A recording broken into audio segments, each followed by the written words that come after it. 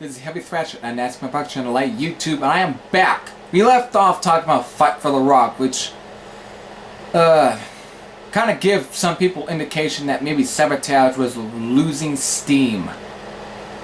Like they were losing focus within their core fan base. So, whenever September 28th of 1987 rolled on, people were wondering, how is this going to be as good of an album? Hall of the Mountain King. Whenever they picked this album up, they then rekindled their love with Savatage. This was definitely a back to the very metal sound that was presented on Sirens, The Dungeons Are Calling, even some of the moments off of Power of the Night. However, it has been a bit updated. Some of the sound is a little more melodic, and it's definitely more close to the power metal sound as well of some of the albums that were being released around the time of 1987. This still ends up being a, this is definitely a solid album. It's definitely not as unfocused as Fight for the Rock. It definitely kind of makes up for the weakness that was Fight for the Rock. Of course, kicking off with 24 Hours Ago, which is, oh boy, what a great track.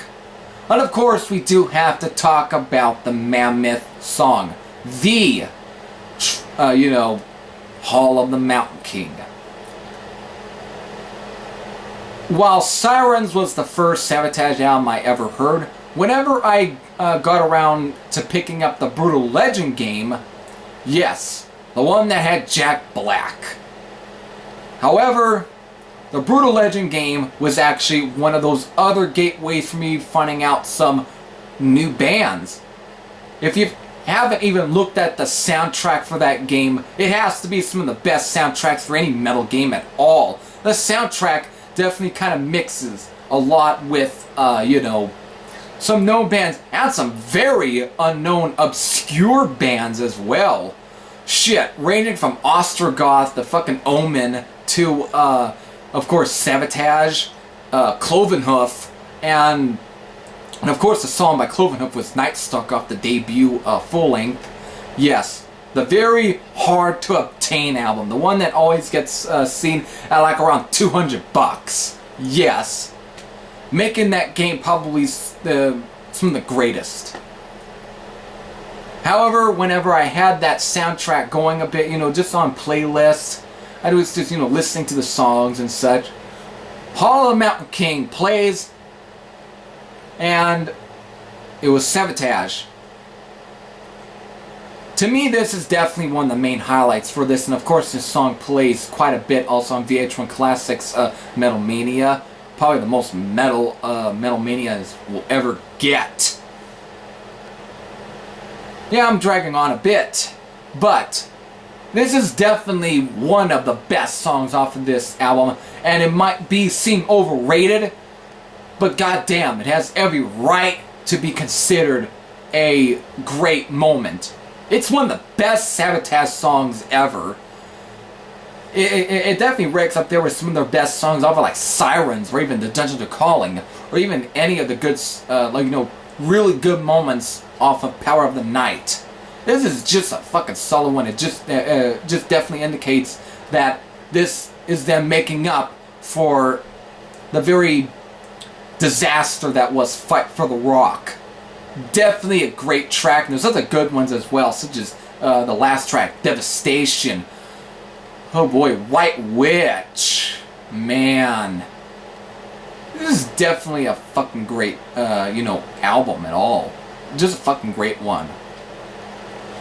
Of course, other good ones on here, such as Strange Wings, and which is another good song as well that I definitely liked as well. Beyond the Doors of the Dark. Of course, there's a intro on here called Prelude to Madness, which definitely an instrumental song in itself, but this also indicates a bit of what type of style they would take next, and it wouldn't be the most power metal sounding of there. Just like with Fate's Warning, they definitely, and maybe even with Queensryche.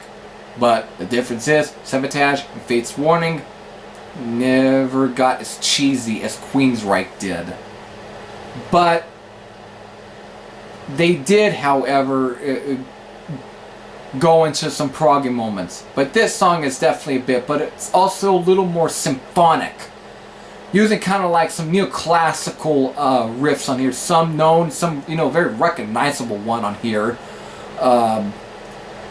Which, of course, one of the members would end up forming the Trans-Siberian Orchestra. So, this also indicates that. However, it does serve as a intro to Hall of the Mountain King. Kind of, in a way. I'll say it does. Definitely another good moment on this album. Definitely, so really to round this whole album up, Hall of the Mountain King is just a classic album. Definitely deserves to be considered a classic. Just a lot of good songs on here. So, that kind of ends this whole little Savatage discography review a bit for US Power Metal Month. I talk about the ones that need to be talked about. So, time to get on to the next band. You'll have to stay tuned for that. Later. Oh, before I leave, however, I do want to say that I hope you enjoyed the video. And if you have heard Hall of the Mountain King, let me know in the comments what you, is it your favorite? Or is it not your favorite? All goes in the comment section. Later.